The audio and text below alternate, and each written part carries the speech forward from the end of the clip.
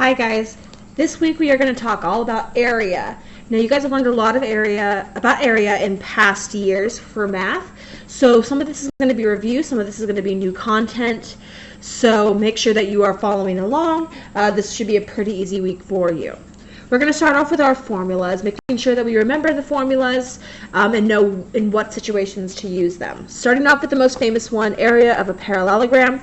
You also know this as the area of squares and rectangles as well, because those are all parallelograms, as well as rhombus.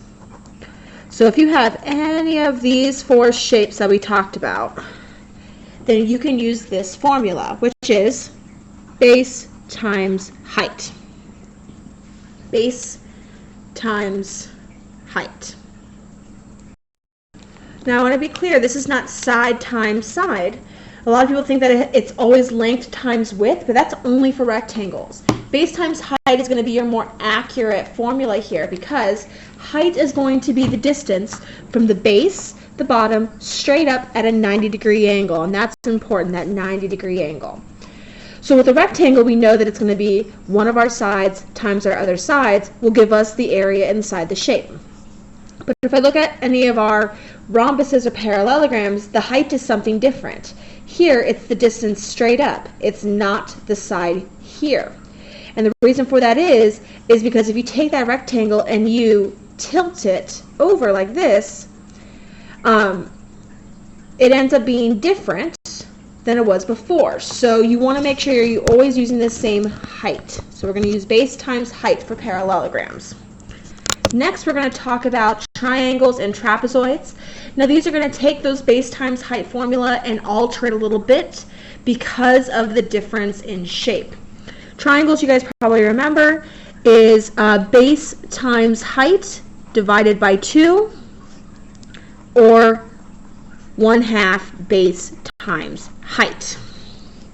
Okay, the reason for that is because a triangle is half of a rectangle or a parallelogram. So we take that area and we cut it in half. Next we have trapezoid. Okay, now a trapezoid is a four-sided shape like our parallelograms and squares, but we have two different bases. With these shapes, the bases would be the same from top to bottom, from left to right, top to bottom, left to right. Those are congruent. Trapezoids don't have that. So what we have to do is we have to end up averaging our bases. So this is still going to be base times height, but instead of doing just the top or just the bottom base, we're going to do the average. So it's going to be 1/2 of base times height times, sorry, I made a mistake. Erase that. Miss Barfoot, I made a mistake. Put one on the books. All right, it's base 1 plus base 2 over 2 times height. Sorry, I still had a triangle in my head there. So what we're doing here is we're averaging our bases. Okay, remember, average is when you take everything in a group, add them together, and divide by how many you have. So the average of our bases is going to be this plus this cut in half. And then we're going to multiply that by our height, which again is straight up. Notice how all of these heights is straight up at a 90-degree angle. That's going to be coming in common over and over. These are going to be the formulas that use that base times height all the time. Okay, you can use these in any situation where you have those given to you. But let's talk about some other formulas that you guys may not know, such as a different way to find areas if you have a rhombus or a kite. To do this, you're going to use the diagonals and multiply them, giving you diagonal 1 times diagonal 2. Now when it comes to a rhombus is a type of parallelogram. So you could definitely do base times height there if it's available, but sometimes it's not always available. So you can also find that if you do your diagonal 1 times your diagonal 2, and same for a kite. And the reason why this works is because the diagonals are perpendicular, so it ends up making that work, and that's why the kite and the rhombus have the same formula. That might be the only new formula you guys learned today, but it is a good shortcut if you are stuck on that formula. Last but not least, we're going to talk about circles. You guys should also remember these formulas from previous years as well. We're going to start off with the circumference of a circle because we do need to review that. That is going to be 2 pi r or pi times d. And this is all multiplication here. Now, as a reminder, what does the r and d stand for? R is your radius. D is your diameter. And you guys should be familiar with what those mean in terms of your circle. The radius is the distance from the center to the outside. The diameter is the distance from one side of the circle through the center to the other side. You guys should know that the diameter is going to be twice as long as the radius because it goes to the center and then to the outside again. And so that's where these two formulas come in handy, is that here I'm doing 2 pi r, so that's where that 2 comes from, is that it's twice the diameter, twice the radius is the diameter, giving you that. You should also know for this week, what do we think about when we think of pi for math? Usually you think of the number 3.14, but that is not exact. That is an approximation. So if they tell you to leave your answer in terms of pi, that means that you're just going to leave that symbol alone. You're not going to plug anything in for it. But if they ask you to round to the nearest tenth or to the nearest hundredth, make sure you use that as an approximation for the symbol pi. Okay, and then we have area, which is going to be pi r squared. Again, we are using our radius for this one. There is not a formula for your area using diameter, so if you have the diameter, make sure you cut it in half to get radius first before you get your area of a circle. Now, I want to be clear here, circumference is like perimeter, it's the distance around, okay, shown here with these arrows. Area is how much space is inside the shape, so make sure that you don't confuse those two formulas. Usually on things like SAT and maps and things like that, they give you the formulas. So just make sure that you don't mix those up. Sometimes I myself mix them up to this day.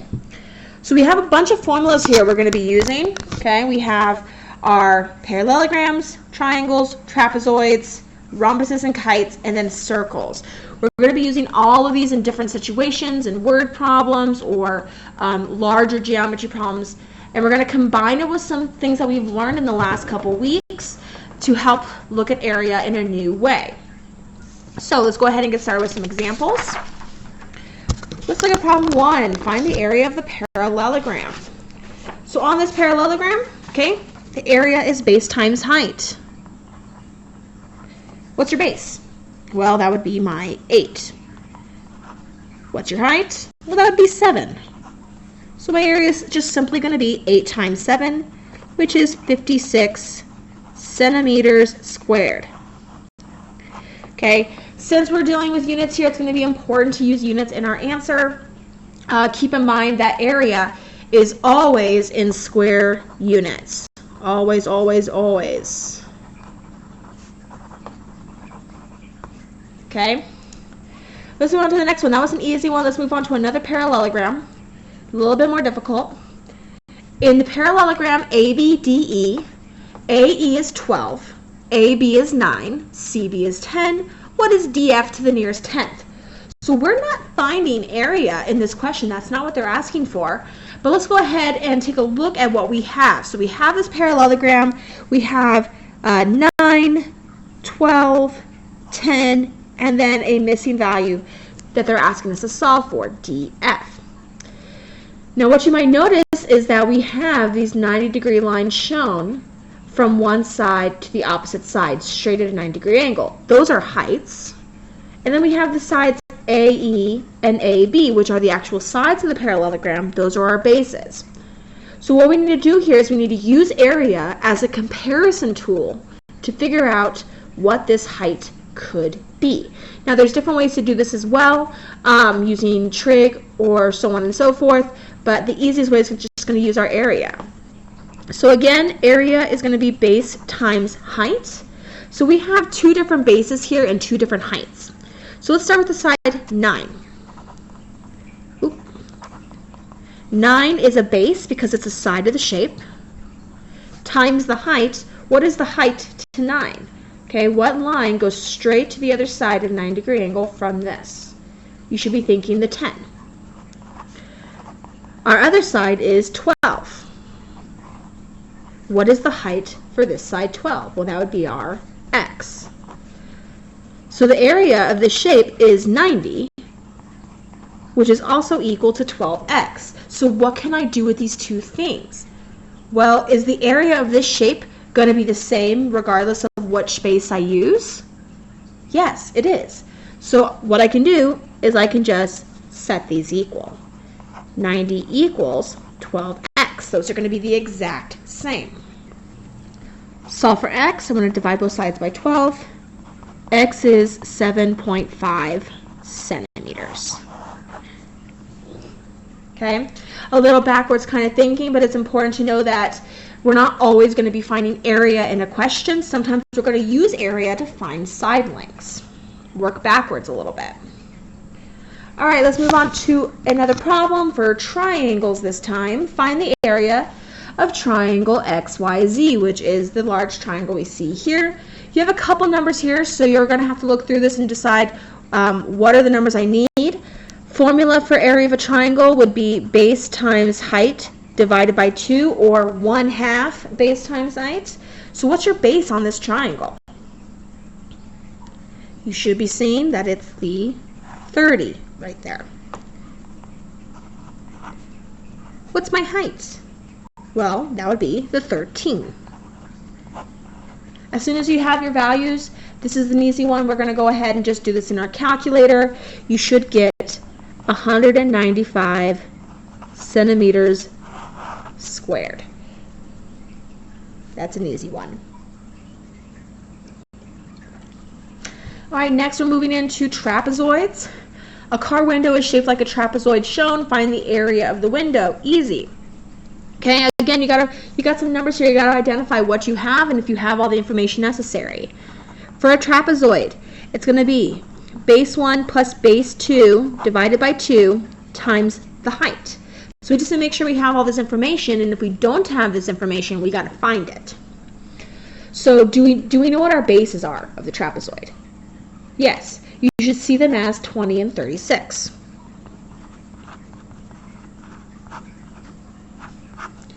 Do we know what the height is of this trapezoid? Yeah, it's 18. I didn't have to do any fancy solving here. I just had to identify my numbers, plug it in, and solve.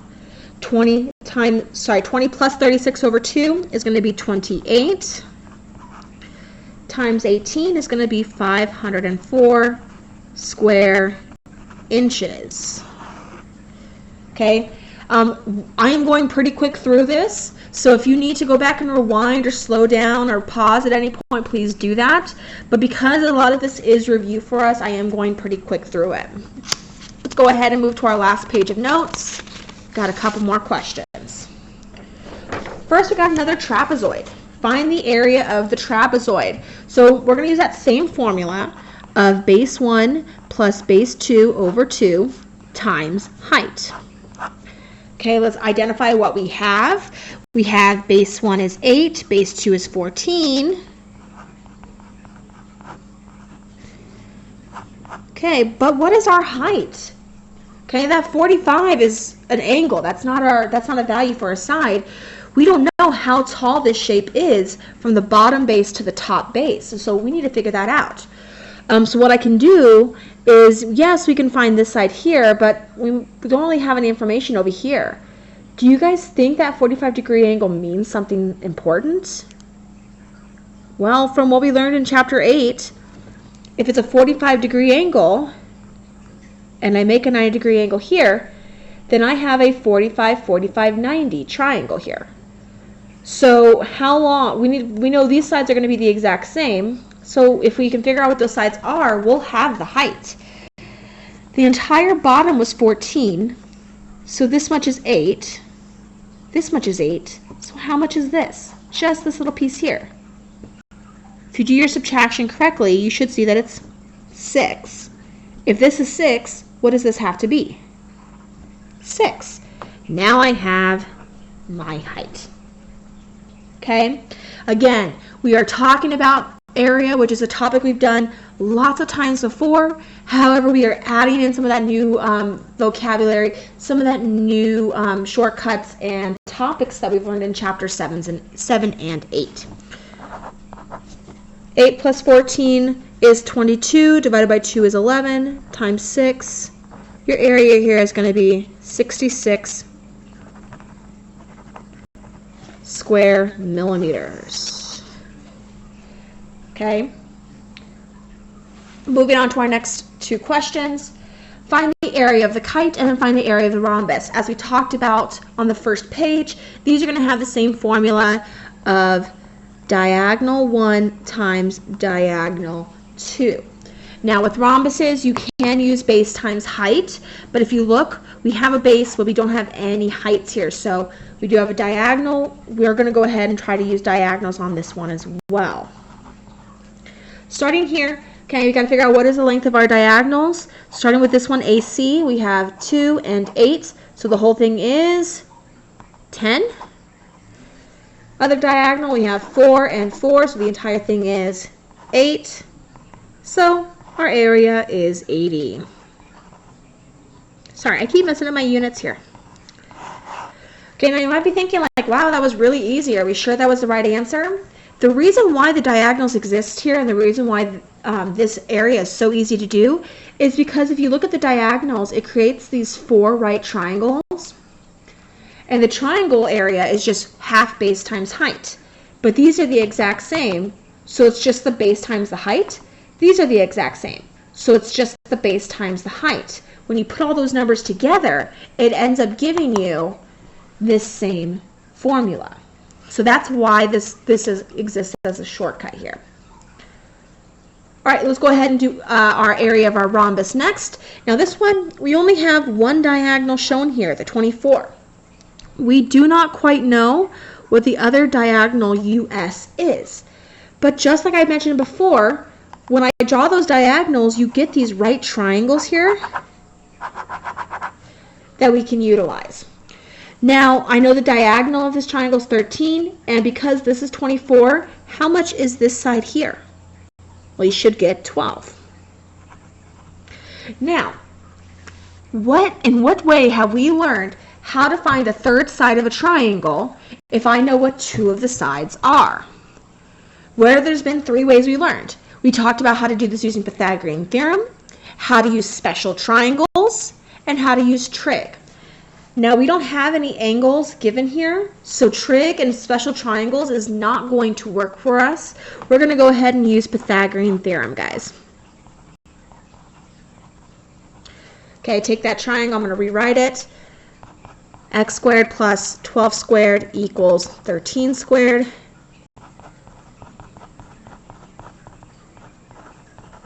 So x squared plus 144 is 169. X squared is 25. Square root both sides. X is 5. Okay, so this side is now 5. So if this is 5, how long is the entire diagonal here? You should just double it and get 10. So my area is going to be 240 square feet. Okay, again, trying to utilize some of those things that we learned in previous lessons to find these areas. All right, guys, last question. I'm going to end on an easy one. Circumference and area of this circle. So remember, circumference is 2 pi r, or pi times diameter. Area is pi r squared. So we just need to identify what is our r or d in this case. Now take a look at your picture. What is given to you? Are you given the radius or are you given the diameter? This is our diameter. Okay, it goes the entire way through the shape, so that's diameter 48, which means the radius would be how much? You should be thinking half, or 24. So I'm just going to plug in either my radius or my diameter to each of these expressions. For circumference, I will do diameter, so pi times 48, which is 48 pi. For area, I'm going to plug in my radius, 24. 24 squared is 576 times pi. Now, in this question, they do not specify. They say, what is the area and circumference? They don't say, give it to me in terms of pi, give it to me to the nearest tenth. Don't say any of that. So if you give your answer and keep it like this, I'm cool with that. Otherwise, you would just take this and multiply it by 3.14, which is approximately 150.7, or in this case, 1,808.64. Just keep in mind that you can utilize any of those ways depending on what they're asking for. So I know that these notes have kind of run a little long. I went as fast as I could, but there is a lot of formulas here that we're having to utilize and talk about. So you guys are going to have 2 worksheets for the rest of this week. And what it's doing is it's splitting up these areas. So you're not going to have to do all these areas on both worksheets. On one, you're going to do a little bit of parallelograms, a little bit of trapezoids, a little bit of triangles. On the other one, you'll do rhombuses and kites and things like that. So you have 2 worksheets to go ahead and work on. Go ahead and start that, and I will see you guys next time. Bye.